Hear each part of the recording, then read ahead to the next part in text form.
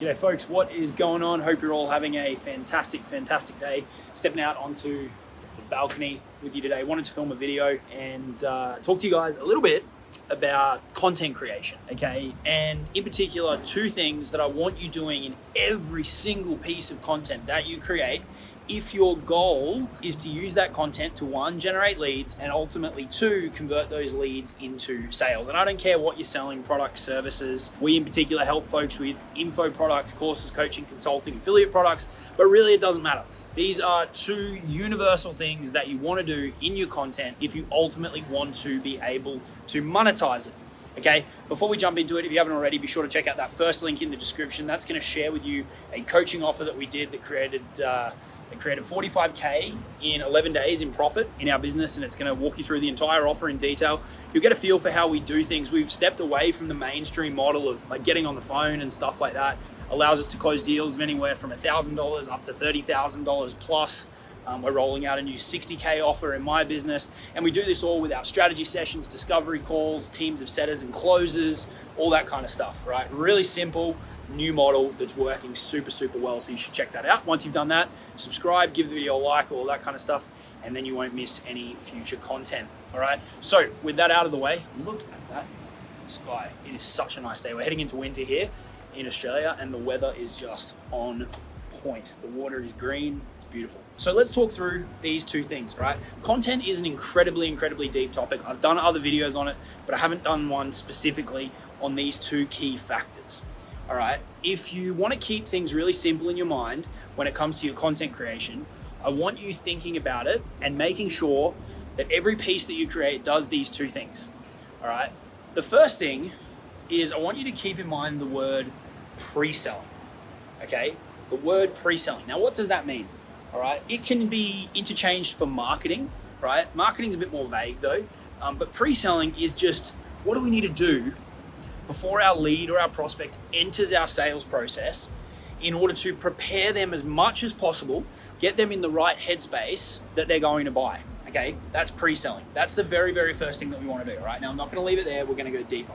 All right, I'm just gonna take a quick seat. So what exactly do we want to pre-sell them on and how do we do it, okay? There's really three main buckets, sometimes four, depending on the business, that I try to break things down to when it comes to pre-selling, okay? But I'll start with the fourth one. That's the optional one, and that's price, okay? Think about this as a scenario. If you can pre-sell people on your price such that they're aware of what your thing costs when they enter your sales process, you're eliminating that objection in advance, right? Because otherwise they wouldn't be there. They wouldn't even bother if they thought the price was too expensive. Okay, so if you want to be fully utilizing all the levers at your disposal when it comes to pre-selling, you can start talking about your price more and more in your content, such that it gives people time to think about it and chew on it, and then when they ultimately enter your sales process, it's not a big surprise. Okay, so that's the first one to think about. It's actually the last one, and really depends on the business and the business model and the approach people want to take, but it's worth thinking about, okay? Outside of that, that's our optional one. These other three aren't optional. These are three that you really need to bake in. The first one, just coming around. The first one is thinking about the problem that your product solves, okay? And you might have heard that before, but bear with me. I want to run a little bit deeper on this. You need to show your prospects, your audience, the people that consume your content, that you understand that problem, all right? Because they're not even gonna think about your product, your service, if they don't think that you know the challenges that they are going through. Because otherwise, why would they be consuming your stuff? They're looking for information, they're looking for value, and they're looking for help to get from where they currently are to a new level, okay? And that could be achieving a goal, overcoming a current roadblock, or a combination of the two. But if they don't think that you understand the challenges that they're currently going through, they're not even going to care about a product or a service or an offer, because to you, they're not relevant. To them, you're not relevant because you don't know what their challenges are. So how could you fix them for them, right? Which is what the product or service would ultimately do. Okay. And the simplest way that I can tell you to do this is by becoming very good at accurately describing in detail real world situations that would arise for your prospect where this problem would exist. Okay, so not just saying something like, are you struggling with blank, right? Let's take it a couple of layers deeper and ask ourselves the question, how would our prospect know that they are struggling with blank, right? What situations, day to day, week to week, month to month, would they be running into? Like real world situations, would they be running into that makes them go, hey, I've got that problem, right? If we're talking about money, it could be you get to the end of the month and you're looking at your Stripe dashboard and it's down 20% and there's that little yellow box with the negative 20% and you're just not quite sure why things keep trending down month after month, right? That's just a shitty example I'm thinking of on the fly, but it's to give you the concept of being able to clearly articulate real things that they would go through.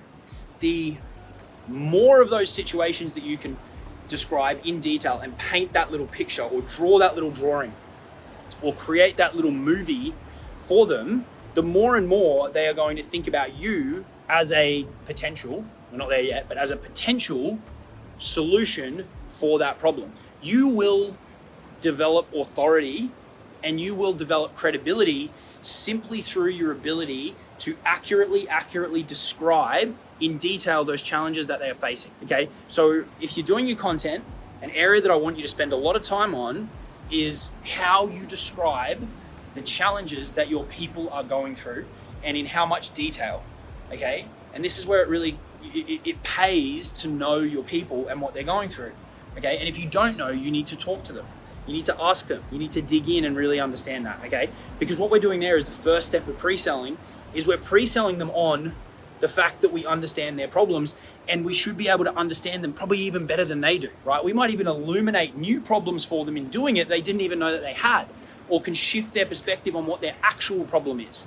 And if we do that, we really start getting that pre-selling kind of ball in motion, right? The second thing within the pre-selling bucket that we want to do is pre-selling them on our plan of attack, our game plan, our solution.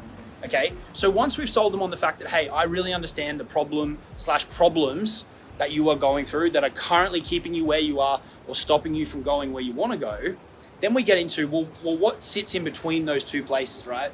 If our goal is to take someone from A to B in our product or our service, which it usually is, what's our plan? Okay, and then how do we kind of splinter off from that, right? Why is this plan different? How is it different relative to what they're doing now? What features does this plan have that will ultimately allow them to overcome these roadblocks relative to what they're currently doing, right? So I was just telling you at the start about how we're selling these higher ticket things without getting on the phone, right? That was something that I wanted to eliminate from our business and I didn't want a big phone team. So we found a way to do it, right? So that's a new plan.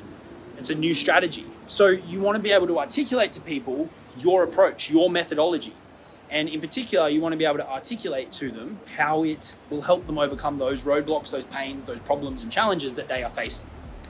Okay, so they're the two major buckets from a strategic perspective in pre-selling. We can go a lot deeper, but we'll leave it there. And then the third one, in delivering your content around those topics, you need to pre-sell them on you. You need to pre-sell them on you as an individual, what you're all about, what you've achieved, your views of the world, your views of business, your views of life, health, fitness, relationships, whatever market it is you're in, right? You need to get your personality and your style across to them. Like people know that I'm not like super button up and my stuff isn't fancy. Like I'm walking around here, you guys can see me in the window, I'm holding my phone, I'm not using a proper camera. Like my stuff isn't fancy. I just kind of share with you guys valuable stuff, and some people decide to work with me. I keep it pretty simple. Some people like videos in a super fancy studio that's really heavily edited. Everyone has their different styles, right? But that's the third big bucket of pre-selling, is you need to sell them on you. And so if you're trying to create this character or this persona in your marketing, and then when they buy from you and they're in your courses or your coaching or whatever, you're a completely different person, you're creating this big incongruence, and that's not going to go down well. Okay, so they're the big three categories I want you thinking about when you're creating your content. Is what problems or challenges do my people have, right? What's my plan of attack to help them solve that, And in talking about those things and all of the little micro buckets that go into each of those, how can I deliver it in a way that's really congruent with me, my style, and the personal brand that I want to build? Okay. If you pre-sell people on the problem, on the solution, right? And the solution isn't like buy my course.